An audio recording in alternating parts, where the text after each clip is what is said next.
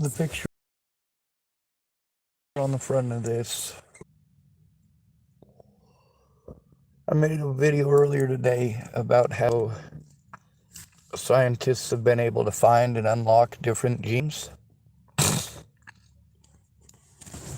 Now, there's a type of turned bioluminescence that the cuttlefish has. I'm pretty sure they have not duplicated that in mice. Been able to do so with like 4 or 5 different colors. And all that genetic stuff they can do just by turning on certain parts of your genetics during embryonic development. It's a series of proteins, and at certain points they activate. And if you inhibit them from activating through inhibitors, obviously is what they call them, well, you can get a chicken who, instead of growing a beak, has a face.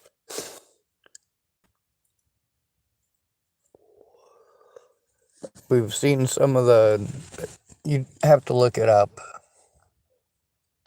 It wasn't just chicken embryos, it was also alligator embryos and a few other embryos that they tried it out on using different gene inhibitors, hoping that someday this might apparently help out human beings in some way. I don't see how trying to make chickens look like dinosaurs is helping humanity, unless we're making them for meat, in which case, why would you really need them to look like dinosaurs?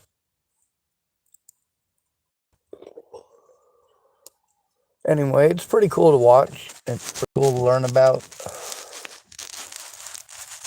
The idea that you can take a horse and you can make it bioluminescent genetically the same way that you could do it with, say, some of those deep sea fish that we get to see.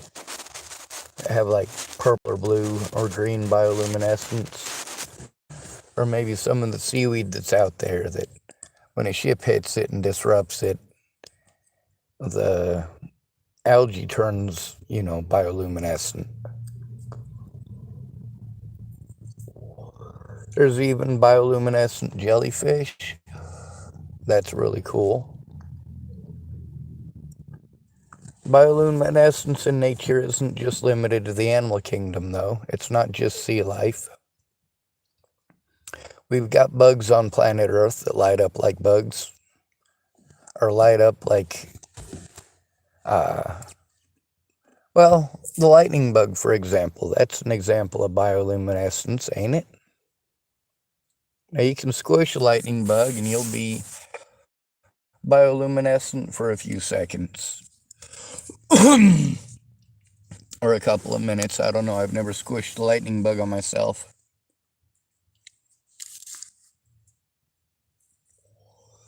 I've had a few land on me that got pretty bright, but I didn't squish them. I just thought they were cool, as long as they didn't bite me.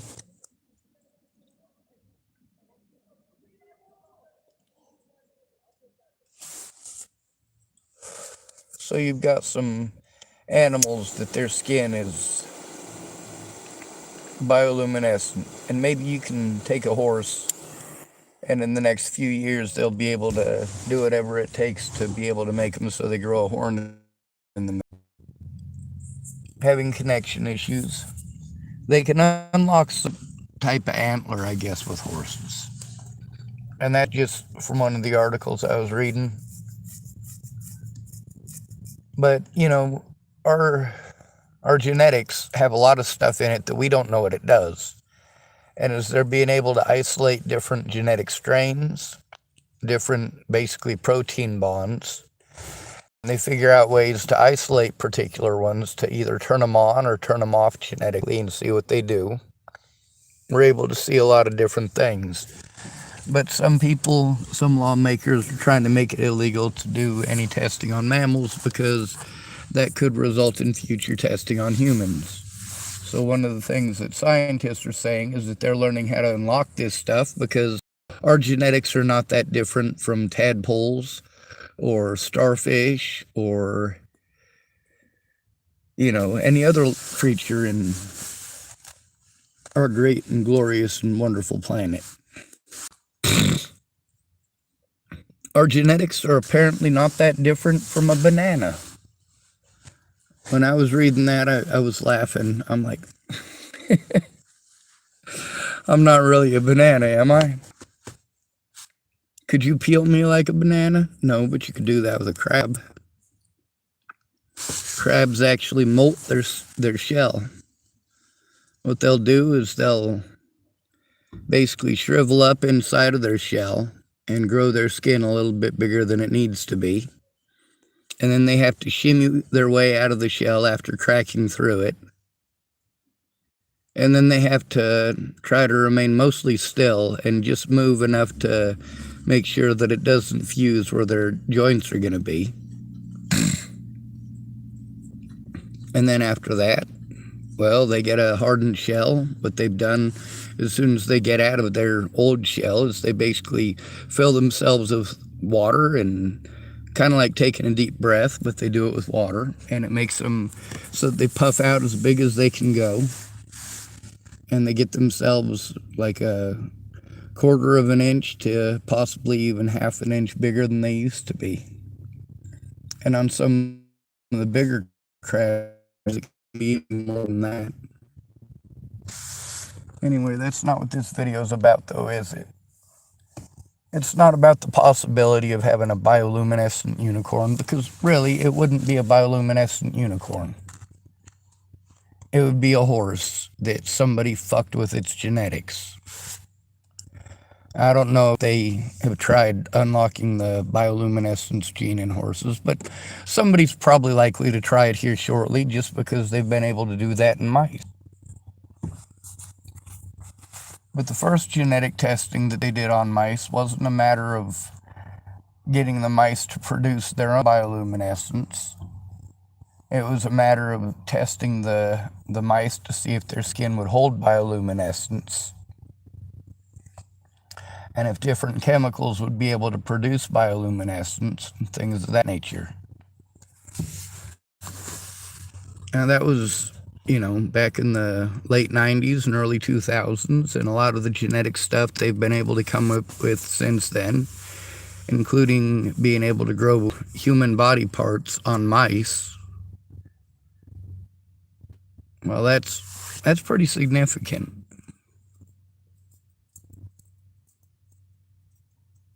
We've already had human beings who have had ears that were grown on the backs of mice that were taken off of the mice and then put onto them.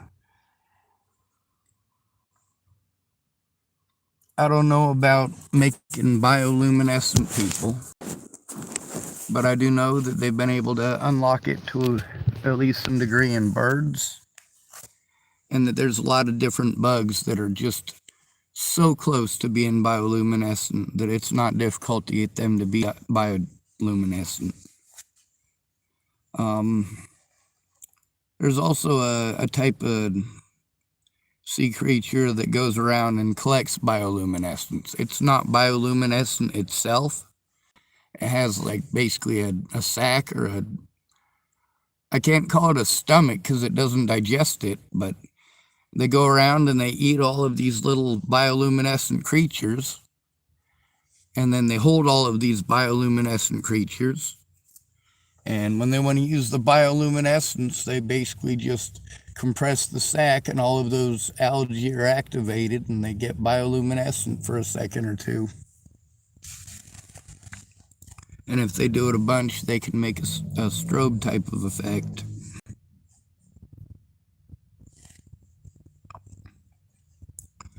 But some of that stuff is so weird looking, like you don't know. You try to remember the name or whatever they called it, but it's just so odd looking with some weird long scientific Latin name. You're going, I don't know what the fuck this is. A Stevens lungfish carp or something like that, whatever. Some of the names they come up with are pretty out there.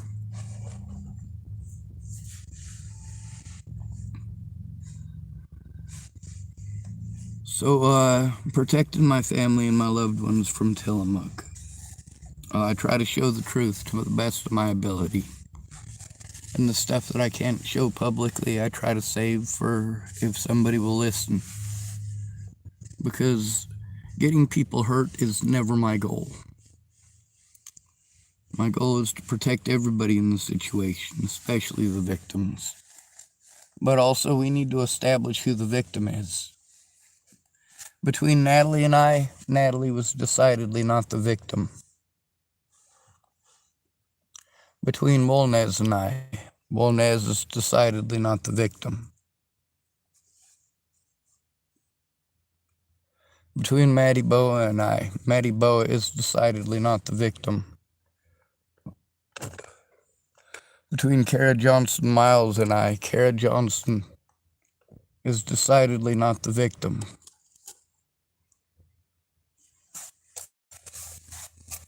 They're just ones who got heard.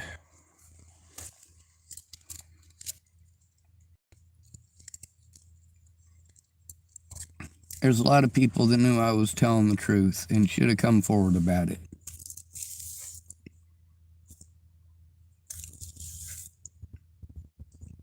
When they didn't, I called them up and I recorded the situations. I proved that I was telling the truth from the start. I did try to get help. I did tell people what was going on. And I showed you then, same as now, most people don't listen. They've got their own idea in their head and they're going to run with it. And you just got to hope that you can slow them down and get them to listen to you before they basically pressure you or bully you into doing things that are against your best interest. It sucks being terrorized by large groups of people. And what constitutes a large group? Well, I guess that depends on your perception. When you're being assaulted, a large group is 3 or 4 people. I suppose that depends on whether or not you've been attacked by a mob. Not very many people in the United States get mob bombed, or you got hundreds of people beating on you, each one of them wanting to take their strike, dozens of people throwing rocks at you for adultery or something of that nature. There's some really weird, sick, and twisted things that people do in the world. It's not always over adultery. For me to keep my friends and family safe, I have to do my best to tell the truth. If there's something that I'm wrong about, chances are pretty good that somebody gave me the wrong impression, and often intentionally.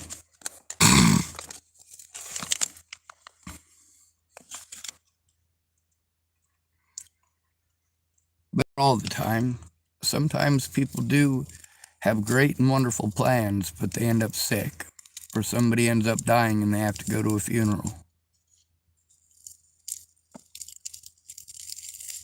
A lot of people who wanted to tell me just to get over it with not just Natalie, but the whole situation with all of my friends and not being able to see them for over a year before Natalie died.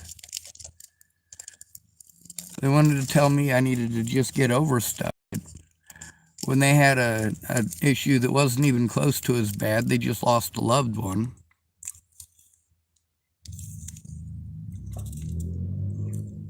Some of these people have used that as an excuse not to do anything for literally years now. Whereas I was expected to be fully functional through a bunch of shit that, well, most of y'all couldn't handle.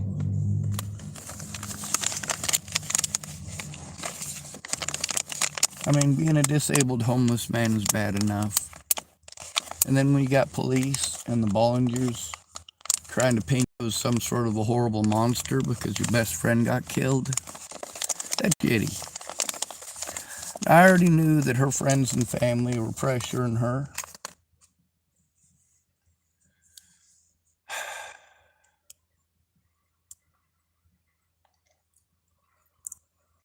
It wasn't difficult to tell. They were getting a hold of me and fucking being bullies to me.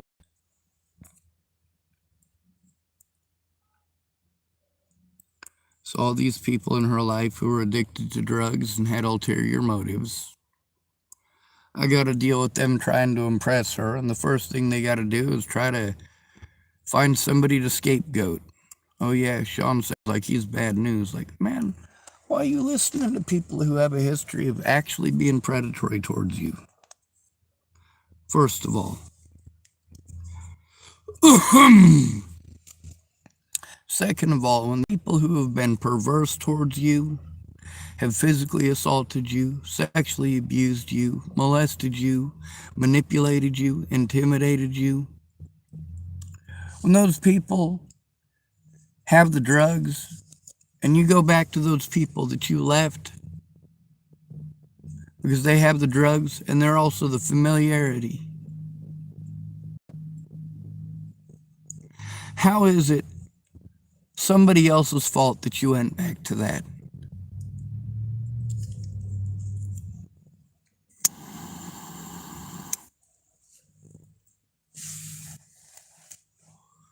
When Natalie realized it was something she could get attention for, she certainly did. When she realized she'd get free drugs for it, she certainly did. A lot of people tried to pretend like I was stalking her. Like, hell no.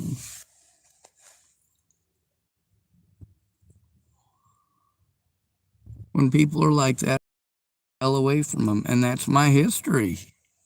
When people bully me, I just go elsewhere. No problem. But when you've got, then it becomes a very big problem. When people are abusing you everywhere you go over things that did not happen, it's a very big problem.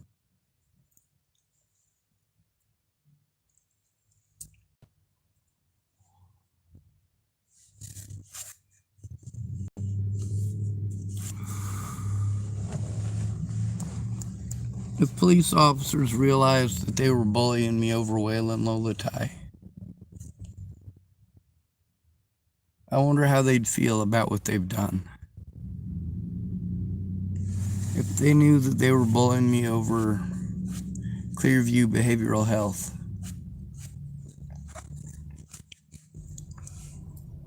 I wonder if they would stop and actually listen.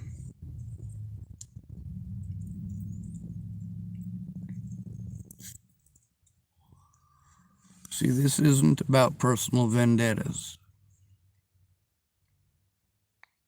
It's about making sure that the rights of the disabled, well, that all disabled people have access to that, even if they're homeless. Out here, we get tired of being victimized over and over and over again. And a lot of people get desperate and do those same things. More than once in Boulder, a homeless person who'd been there for years got sick and tired of the homeless people stealing their shit. They're like, you know, it's bad enough that these yuppies steal our shit and that the cops come and steal all of our stuff, especially when it's the stuff that keeps us alive. But when homeless people do it and they scavenge through your shit, God, that's horrible.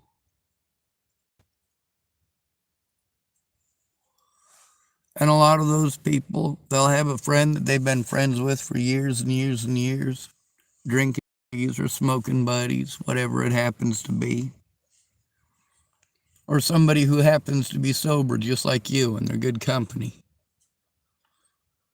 A lot of these travelers had to try settling somewhere, but they're mostly from somewhere else.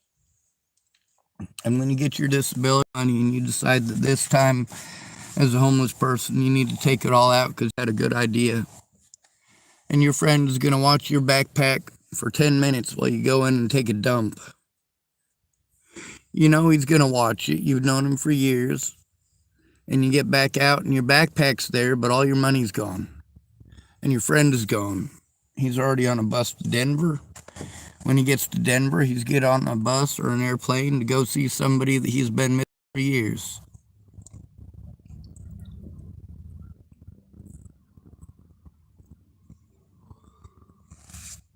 That guy's been shat on just as much as you, and he has it in what he deserves it this time. He deserves to go and see his family.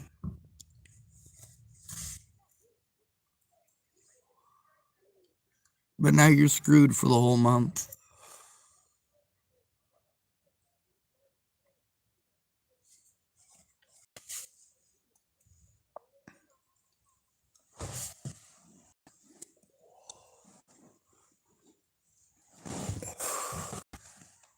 I shouldn't have to treat people the way that I'm treated for them to understand how fucked up it is.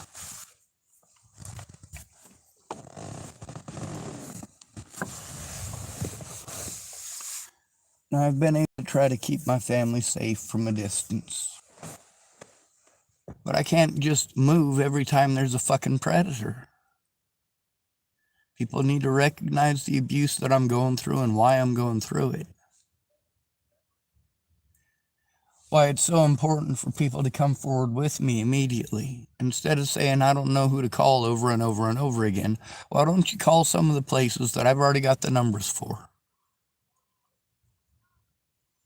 Call them with me and help to coordinate the things that I need to do. The things that they're asking me to do, I don't have the ability. So when you're trying to volunteer up things to do, why don't you stop volunteering up things to do? We'll call these agencies. If you don't want to listen to the recordings, and obviously it's difficult for me to go back and dig through everything to get the recordings, you can call them with me. They'll explain to you the same things they explain to me. And then maybe you'll understand why I need your help instead of you pawning me off on these places. The things that I said about my friends and family before Natalie was killed and after Natalie was killed were true. I didn't say them because I hated those people. I said it because they wasted time. They promised to help. They promised to come forward and tell the truth. And I have recording after recording with those people because they literally took so long that there was zero chance of me being able to even be safely in the state of Colorado. They took so long that I literally had to threaten my predators back. And how long did it take for me to do that? Well, the first time I threatened my predators back, it took somebody dying. It took several people dying, matter of fact. One of them being Natalie Bollinger.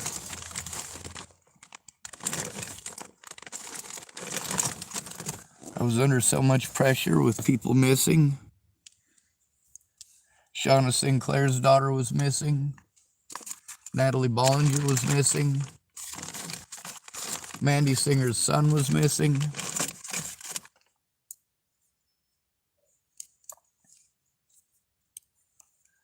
Benjamin Harvey was dead.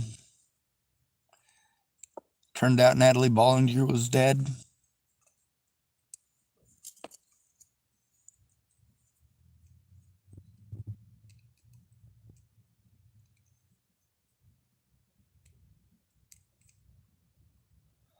A lot of people knew what was going on before Natalie was killed. They just didn't say anything. Most of them were so busy talking over me, it was impossible to get a word in. Most of them were too busy with their ideas of what would fix it. The, you just need to get laid type of folks. Well, they had ideas about dating sites and all sorts of stuff like that. The people who understood being alone, their suggestions were like to get a puppy, things like that. Some of them would tell me, oh man, you just need to stretch out and you need to work on you. Just gotta try to get yourself a girlfriend, you know? Like, what the have to do with stopping abuse? What I want to know. If I had a girlfriend, how is that going to stop abuse?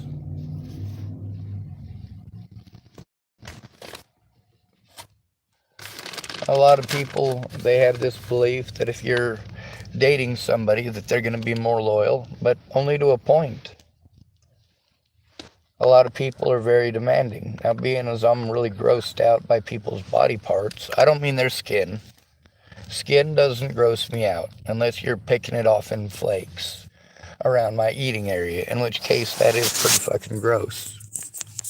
But other than that,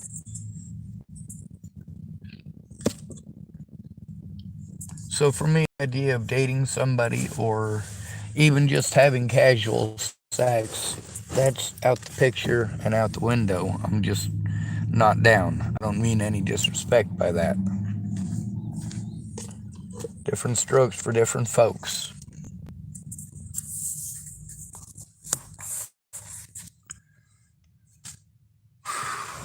Now, despite the fact I was well aware of people's drug addictions,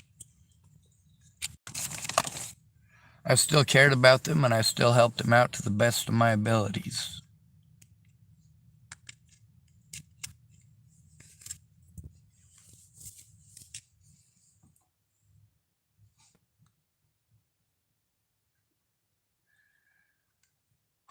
Oh, come on, let me find the friggin' hole here. Oh, that's not it.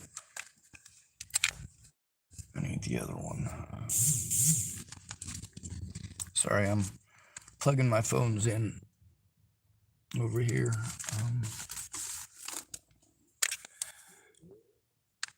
I had a place to stay before Natalie was killed. I was paying rent in Colorado and in Nebraska, and that way I could utilize the services in Nebraska because that's where my disability and my housing was. And also, since the people in Nebraska kept on sending me the Front Range of Colorado, I had to be able to go to the Front Range of Colorado for the services there. So I had to rent a room there, which ended up being a cold-ass garage.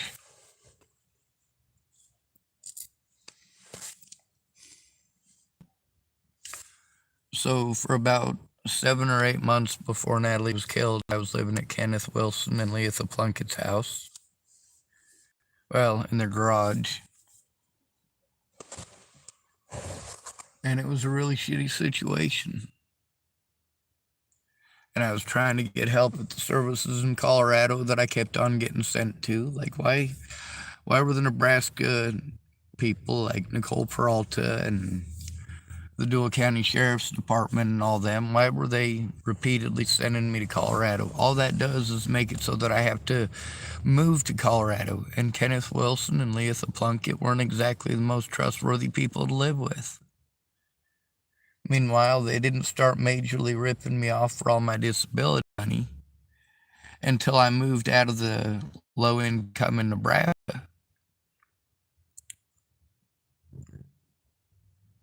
And that was just a couple of months before Natalie was killed. That was in the very end of October, I believe.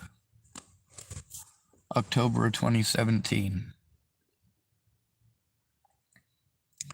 That was also the first month that Kenneth Wilson and Leatha Plunkett ripped me off for a whole shit ton of money.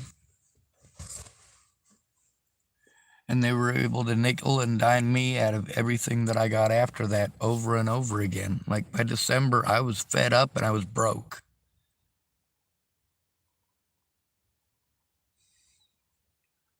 I was tired of being taken advantage of. I was tired of people seeing my disability money as a free pocket money fund for them. And I was tired of people who wanting me to do things that they're capable of doing and I'm not, and expecting me to do those things.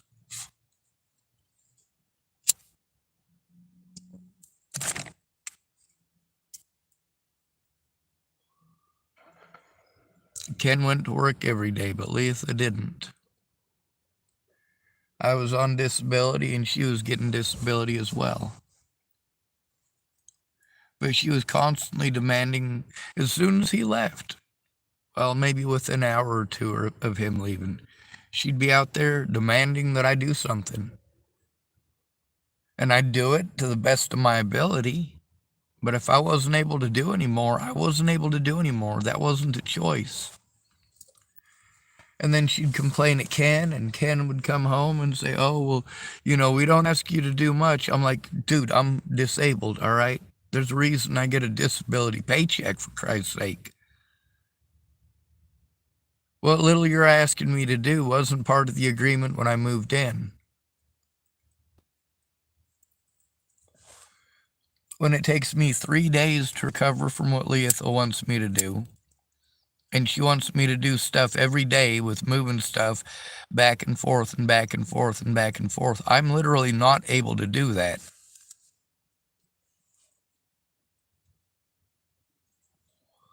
My muscles say, fuck you, dude, and they just stop.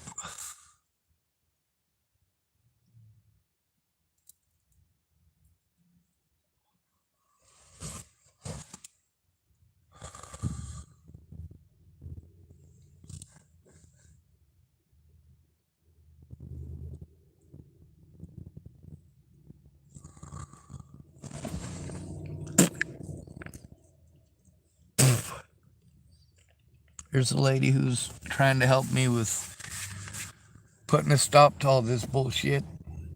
She's going to help me turn in some paperwork tomorrow, and we've got some more to look over.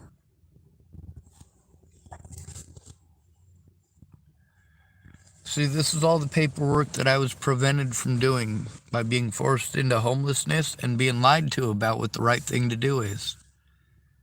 All these places telling me I need to call all these other places. So I'm calling a bunch of places that aren't going to tell me how to protect myself. They're not going to tell me what paperwork I need.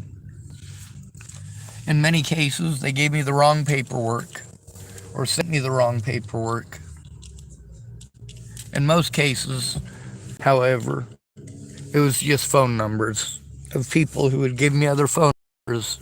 And pretty soon, I'm going around in circles to a bunch of government agencies who are not doing anything to help me, but they're all certainly eating up my time and my money.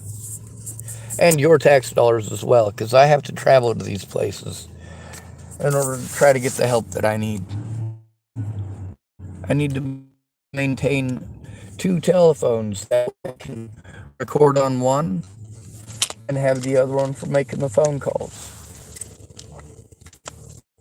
Anyway,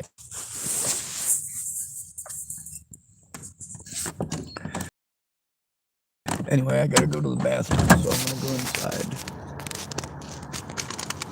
Hopefully I won't run into anybody bullying me or harassing me or throwing rocks at me or anything mean like that. Oh, come on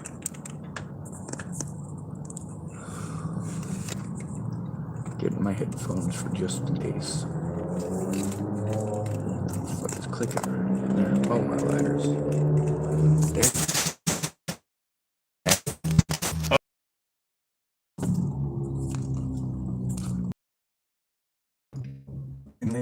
The abuse that I go through, it shouldn't be this ginormous, huge, massive issue that it's become.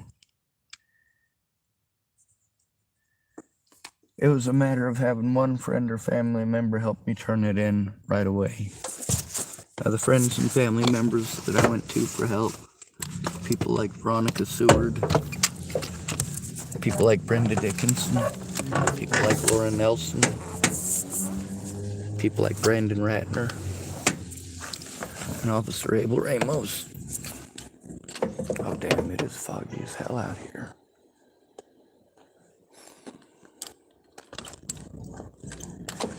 People like Ryan James,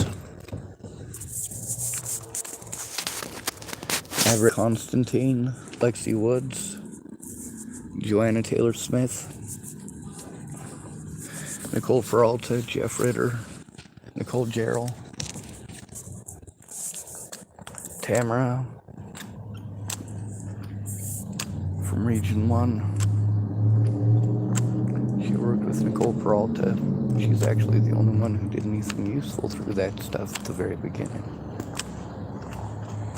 Let's see, who else? Of course, Jeff Ritter and what's that lady's name? Kara Heller.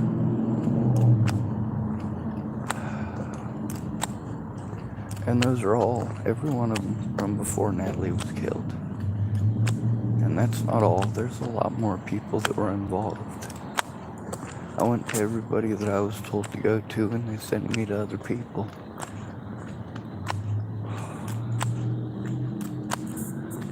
And it cost me money to go to all these places. It cost me the gas money, or the bus fare. And it definitely cost me the time.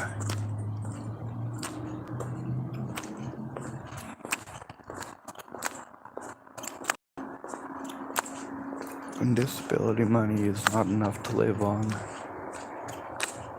And I'm not able to work at a pace that someone's gonna pay me for. It makes things suck. There's a lot of work that I'm not able to do.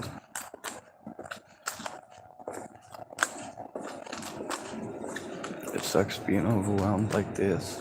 It sucks being assaulted. It sucks being threatened. But you notice I don't get violent back.